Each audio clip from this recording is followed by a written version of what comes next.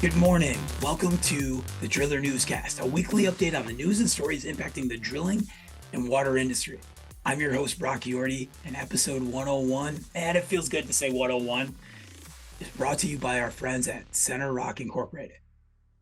At Center Rock Incorporated, our priority is to get you downhole safely, productively, and efficiently.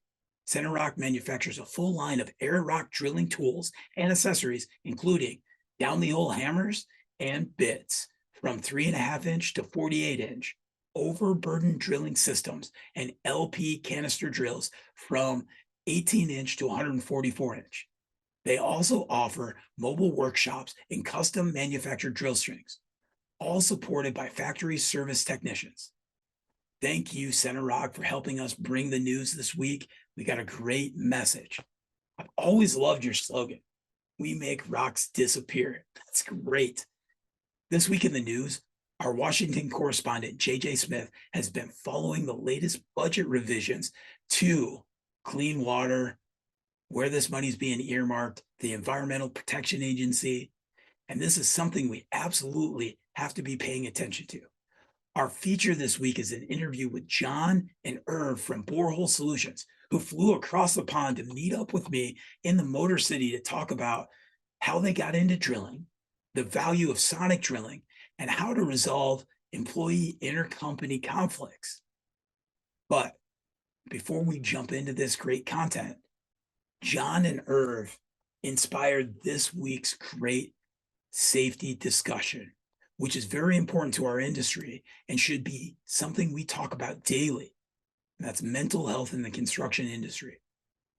When you hear the interview between John, Irv, and I, you'll understand how passionate they are about this, what they did for awareness in their country, and what we should be doing every day. This is a big deal industry, and this is a number one focus for OSHA.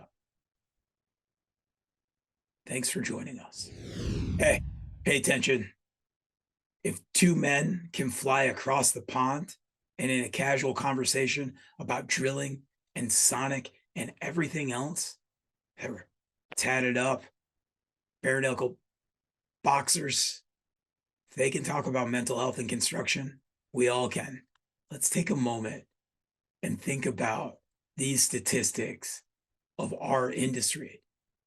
And it starts with 83% of our construction industry, that's 7.9 million individuals, have experienced moderate to severe mental health issues. And it goes on to say 60% have reported those mental health issues. We have a big rise in prescription abuse, especially opioids, of 3.2% of our industry abusing prescriptions. It's a tough place to be. And that's compared to 2% of general industry. Suicide in the construction industry is the highest suicide rate of all industries at 53.2 suicides per 100,000 workers. Yes, in the interview, I quoted 49 out of 100,000. These are the new statistics. We need to be paying attention here. There's 7.9 million individuals in the United States that are construction workers out of 161 million plus American workers. What does that rate of 53.2 suicides per 100,000 construction workers mean? It means it's 4 times higher than the national average. And yes, even female construction workers also die by suicide at a slightly higher rate than the national average. OSHA last year made this the 5th safety focus. This is no different than our stop work authority. We went from electrocution, falls, caught in between, struck by, to putting mental health on the top of the list as well. Mental health challenges over 80% of our workers at least one mental health challenge a year. And these come from such as stress, burnout, depression, anxiety, bipolar disorder, or PTSD. This has been such a big issue that the Center of Disease Control has identified several risk factors for suicide in the construction industry. These include, and I want you to think about this drilling industry because we work long hours, we have lots of things going on. This is what they've identified as the outliers. Job stress. Of course, we're on high stake jobs. There's lots going on. We're working out of town. The next one, poor supervisory and colleague support. We have to stop this concept of saying, I just have to work with them. I don't have to like them. No. There's 161 million Americans working every day, and we only make up 7.9 million of them. We're going to talk in an interview in the Motor City, and you hear all the time, Detroit versus everybody. It's the construction industry versus everybody. We need to have everybody's back. We are a very small industry that of those 7.9 million people, we generate over $1.5 trillion worth of revenue. That's a big deal. And we need to have each other's back. We are family. We're a small family. Next one, low job control and job insecurity. I want you to think about, as we talk about climate change, extreme weather impacts our ability to work longer work weeks. And if our family sustaining wage is 40 plus 10 or 15, a 55-hour work week, which I just heard this morning at the Michigan Groundwater Association. No, my guy's got to work 55 hours a week. It's just what we have going on. Well, that's going to lead into a lot of other pieces here. And if we have bad weather, extreme heat, flooding, and we can't work those 55 hours, how do they sustain that new pickup truck or other pieces? Next, high rate of injury due to overexertion leads to opioid use and subsequent addiction. We are seeing this. This is a bad deal. We know this. And that's because our industry is physically demanding and we act like it's a job, man. It's a drilling job, tough man contest. And I didn't want to say tough man because we're tough individuals because we have diversified this industry. But this isn't ESPN the Ocho. We didn't just watch a dodgeball tournament. There's no reason to be overexerting our bodies the way we are. We can work smarter. That comes back to stop work authorities and not doing unsafe acts.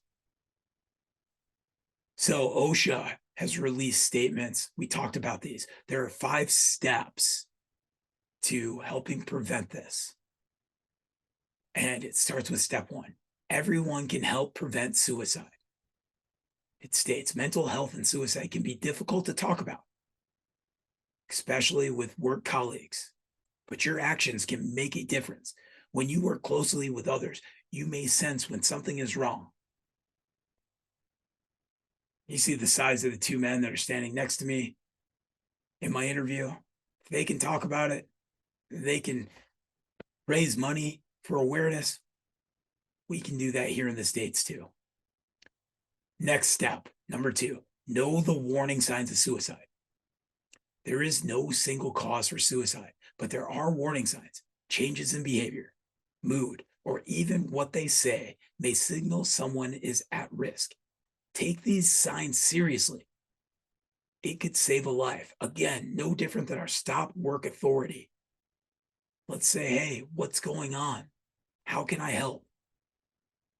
3 is exactly that. Ask, are you okay? If you're concerned about a coworker, talk with them privately and listen without judgment. We don't know what they're going through. Encourage them to reach out to, if you have a big enough company, an employee assistance program or human resources. But if we're the average size drilling company, It's time to tell the admin team. It's time to tell the boss. It's time to tell the supervisor. It's time to tell dad. It's time to tell mom. It's time to tell grandma. We have to talk about it. We got to get them to a mental health professional to help them. Fourth step, if someone is in crisis, stay with them and get them help. If you believe a coworker is immediately at risk of suicide, stay with them until you can get further help. And this is by contacting emergency services at 988, the suicide crisis hotline. 5, suicide prevention resources are available. And we can go to the American Foundation for Suicide Prevention. That is at www.afsp.org. That's American Foundation for Suicide Prevention. And there are plenty of pamphlets and ways of talking to individuals and dialing 988, getting them to text, to chat. We have industry professionals in construction that could talk about this. Here's the deal. We have to be smarter, industry. We have to be aware. No different than stopping somebody from being under a suspended load or raising that mast into an electrical line. We have to talk about this. 53 plus individuals out of 100,000. That's in 7.9 million workers. That's a lot of people. That's the number one safety issue we have. And I've said this before, but after spending 30 days in the hospital with my dad with COVID, thinking he was going to get out of it, and then things turning bad and him not, I was in a bad place. And I didn't ask for help. I went back to work. I just buried my head. I did what we in the construction industry do. I just toughened up. Didn't talk to my loved ones. I didn't talk to my friends. I didn't talk to anybody about this. And I didn't like where I was going. And luckily, my friends and family and loved ones reached out and they said something. I don't know if I was ever at the point of, going too far, but I was hurt. And so we as an industry, we can say, what's going on? I can get you help. And that's important for us. Go out, be safe, and think about this. And think about all your people right now and what's going on through their head. Be safe, industry. For this week in the news, we've seen several articles come out by J.J. Smith. This is the first one that we're going to directly feature in the newscast, and then you'll be able to pick up at thedriller.com. And he called me and he goes, Brock, I think this is a big deal. We need to start talking about it right now. And it is right now. There's 6 appropriation bills for federal fiscal year 2024 that were signed by President Biden on March 9th that approved $459 billion in spending by U.S. agencies, which include the Interior, the Environment, and related agencies appropriation bills that fund the Environmental Protection Agency. These reduce overall spending by the EPA during 2024 and impact water construction projects. Biden signed those 6 spending bills last week, and we need to start thinking about what we're going to do. And by the time this drops, the 2025 budget request will be in the hands of Congress. It landed on March 11th. And the Senate committee on the budget is hearing those proposed 2025 budgets. So by the time we talk about this next week, it's going to be a big deal. JJ was able to get a hold of the Office of Management and Budget Director Young, who witnessed the Interior Environmental Bill, which was one of the 6 of the 12 federal appropriation bills for 2024 that was signed by Biden and approved at 9.158 billion in EPA spending, which is $982 million reduction in the overall EPA spending from 2023's budget, which was 10.14 billion. And this was also $2.9 billion less than what the budget request was. I want you to think about this. We put $4.7 billion out to abandon orphan wells. Look at the federal infrastructure law. Look at the Clean Water Act. Look what's going on. And we're talking about we need better, faster requests for variances, and the EPA and the Army Corps of Engineers being able to react and have faster studies. That doesn't happen by cutting a bill by $982 million. This goes on to talk about the Clean Water State Revolving Fund that is appropriated at $1.638 billion and maintaining those spending levels. However, members of Congress have directed $787 million, just 48% of that budget, for community project funding, which are also known as earmarks. And spending directed to earmarks is slightly less. I want you to read JJ's article, and I want you to see how the Safe Drinking Water Act is 1.126 billion, but 609 million of that, 54% of that, is appropriated towards congressional earmarks again. JJ did a great job here. I'm insanely thankful and proud to have such a journalist veteran there who is working on all sorts of great discussions and getting quotes and dedicating his time to the drilling and groundwater industry. Check out what he's released so far. We have so much more to do here. Thank you, Marine, for doing your job and not refusing no, and adapting and overcoming and taking on the water industry, the geothermal industry, and all of these pieces, and being our boots on the ground. We appreciate you. And as always, Semper Fi, my friend. For our feature this week, I met up with John and Irv from Borehole Solutions, who met me in the Motor City. And we got a chance to talk how they got into drilling, the value of Sonic, how bare knuckle boxing can sure alleviate stress in the drilling industry,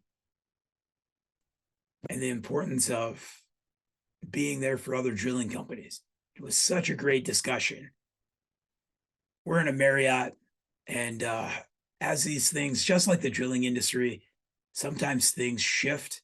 You're going to hear a cute little 6-year-old boy making some noise and engaging straight across the camera from us.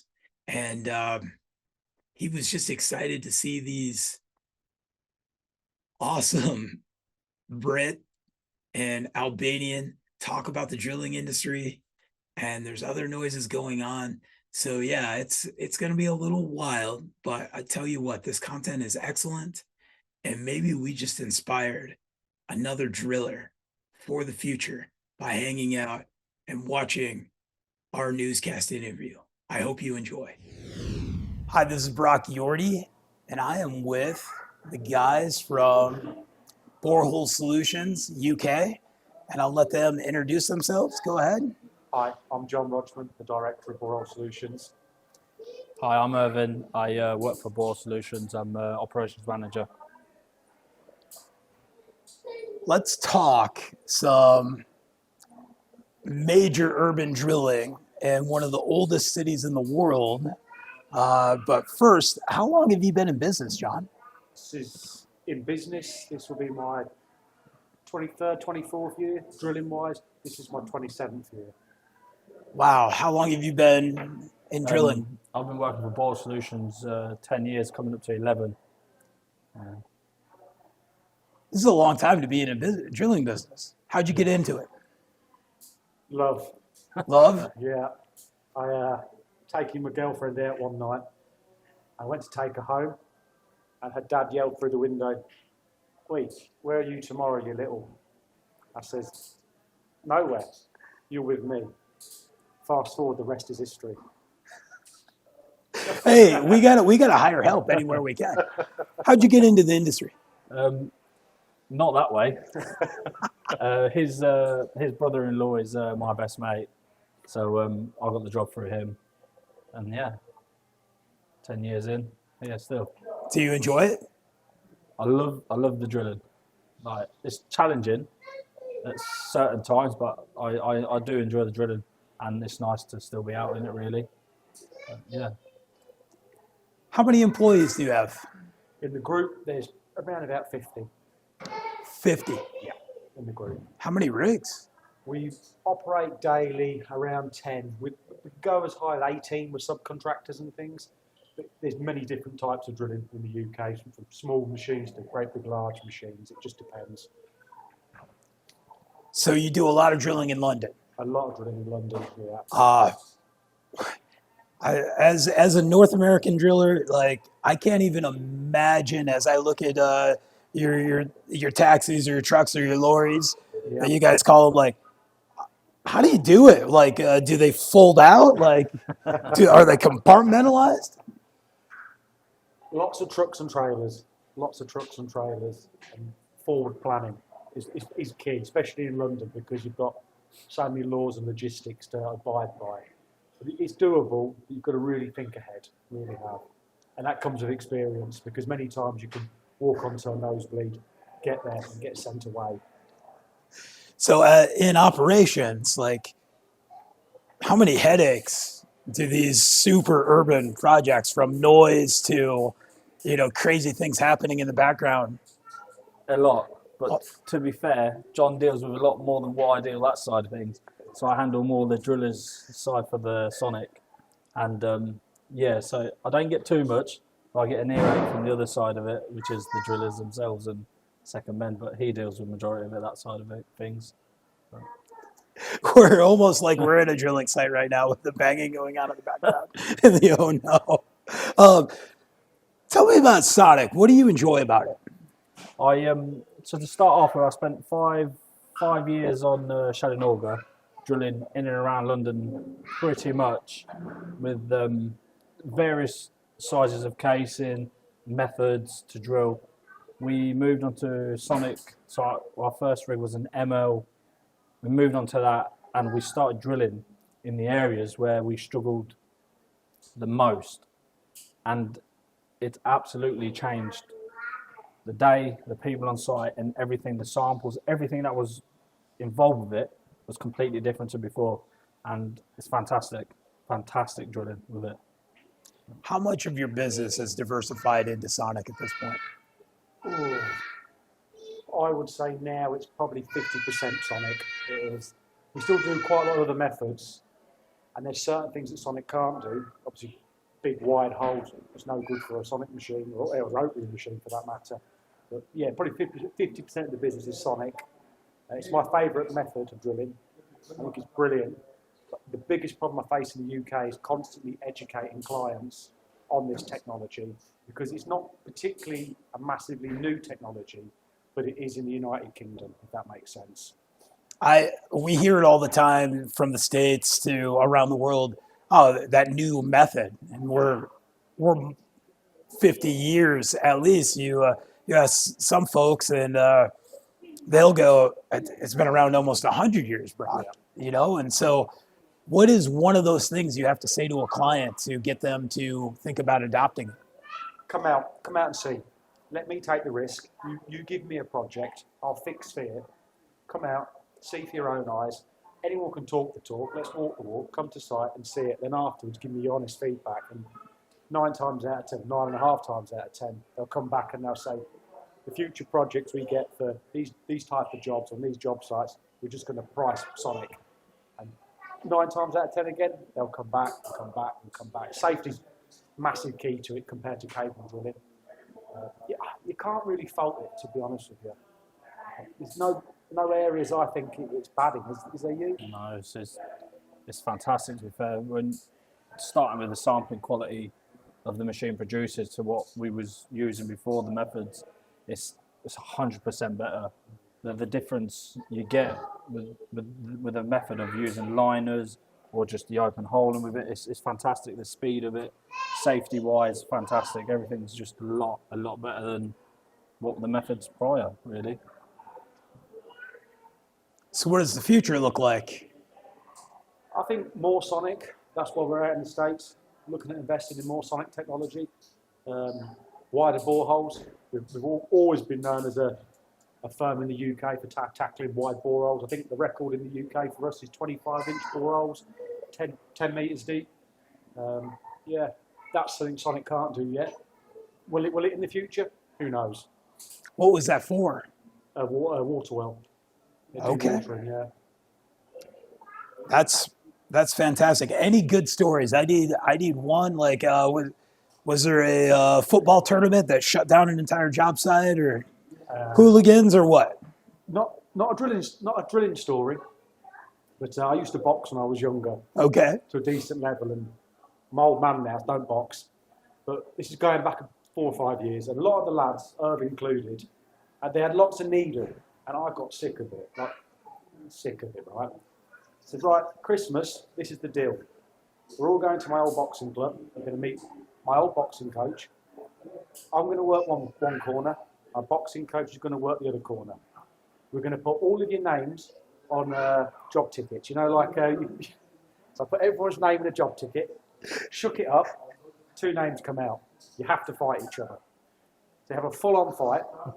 Whoever gets knocked out or stops or quits, they're out. They stay on. So they go out, next 2 names come through, and we fight until there's one winner. So if ever had a fight, so there was one winner, trophy, a cash prize, and then minibus pulls up, everyone chucked into the minibus and taken to Amsterdam for 2 or 3 nights on the drink. And when you see the lads there with their noses sore, black eyes and things, it was tough and it was rough, but it was good for team building relations. It really was. So have you continued this, or has HR stepped in and went, whoa? Well, the following year, another firm we know, one of their sons, I think it was, committed suicide. So we thought, okay, we can do something with this. We raised a lot of money for mental health. We contacted lots of other drilling firms across England, and we said, right, I've got 12 of my drillers, and we're going to fight different drillers from across the country. And we all come to Peterborough, where we're based, had a ring, paramedics, everything's done professionally and properly. And the drillers all boxed each other. We made a lot of money for the charity at the time. Have you continued this? Not recently, because when that ended, COVID hit, and it took a shine off it. But it's something we're looking to maybe start up again this year. I feel like we got to go international. Like we need some American boxers and some Canadian boxers, some Kiwis. I'd be more than up for that. More than up for it. You know, so I'm really thankful as we've had this conversation. We just started talking about mental health, and in the construction industry for North America, it's 49 out of 100,000 men take their lives that are involved in construction. And when you look at 7.9 million construction workers in the United States, and you start looking worldwide, like mental health is a massive problem. And so to have a charity that's talking about how can we build up and, do something that's, we also, with you and troubleshooting a group of men and going, all right, we're gonna have a boxing tournament. We get it all out in a healthy, safe environment instead of, I think of the movie Dodgeball. Can you dodge a wrench? You can dodge a ball. Well, Yordi and Sung well drilling. I got really good at dodging wrenches from Big Brother and whatnot. So, have you ever thrown a wrench at anybody? I haven't come close, and it happens to everyone on sites. You get the really bad jobs, but you just take 5 minutes out and get back to it after. But it does happen. I try not to. So, 10 years into the business, any advice you'd give to a new generation here in the States or in Europe and why to get into drilling? It's hard to say because for me, it was, at the time, it was just a job when I started. It became more passion, to be honest with you. And with more passion that grew from it, I actually grew better as a better driller and probably one of the best at Borehole Solutions, including John. So I've overtook him. I've done him. But I find drilling as a very passionate job if you really want to stick to it. And yeah, it's just passion really for me.